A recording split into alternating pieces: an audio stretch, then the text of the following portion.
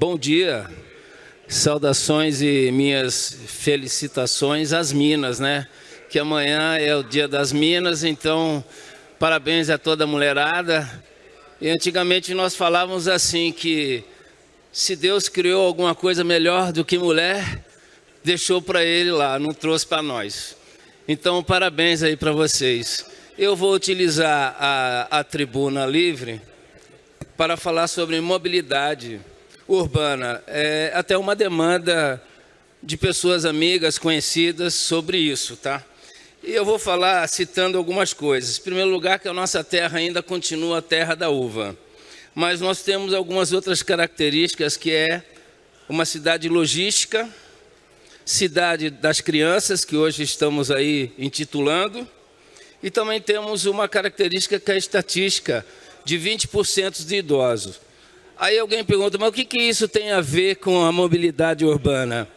Tem a ver pelo seguinte, uma cidade logística como é a nossa, o conceito da logística é a constante busca de diminuir custo e entregar mais rápido o produto ao consumidor final. E o que tem isso a ver?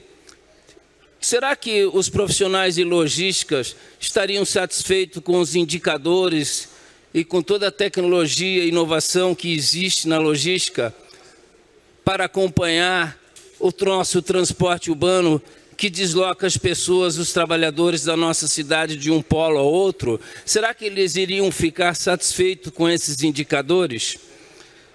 Eu digo o seguinte, a cidade das crianças, será que essas crianças estão satisfeitas de ter seus pais, principalmente suas mães, saindo 2 horas antes de sua casa para chegar ao seu trabalho e 2 horas depois de sair do seu trabalho? Será que nós não estamos tirando 4, 5 horas dessas crianças, da cidade da criança, por conta de um novo mecanismo de transporte urbano na nossa cidade?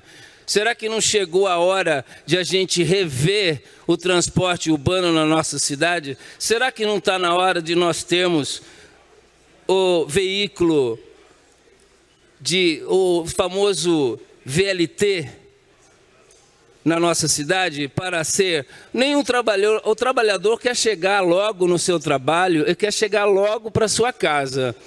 E o que tem a estatística do idoso, que nós, jundiaenses, nós temos uma característica de 20% de idosos, quando a média nacional é de 10%.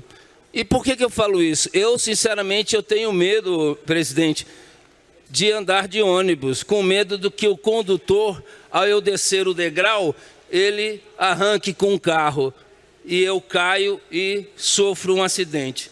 Recentemente tivemos isso, agora em São Paulo, de um senhor que foi a óbito por conta disso. E eu não estou vendo esse comportamento nos condutores, dos motoristas de ônibus de nossa cidade. Então, eu gostaria de rever isso. Outro assunto que me chama a atenção são as escolas, as instituições de ensinos, que precisa dispensar os seus alunos 10, 15, 20 minutos antes do término da programação da aula, porque o aluno precisa pegar o ônibus e sair correndo. Por exemplo, vou dar um exemplo só, o Senac. O Senac tem um ponto de ônibus na sua porta e não passa nenhum ônibus lá. Os alunos têm que descer a ladeira abaixo até a 9 de julho para pegar um ônibus. Então, eu acho a faculdade Anchieta a mesma coisa. Tem que liberar os alunos 10, 15, 20 minutos. Mas por quê? Porque senão perde o ônibus.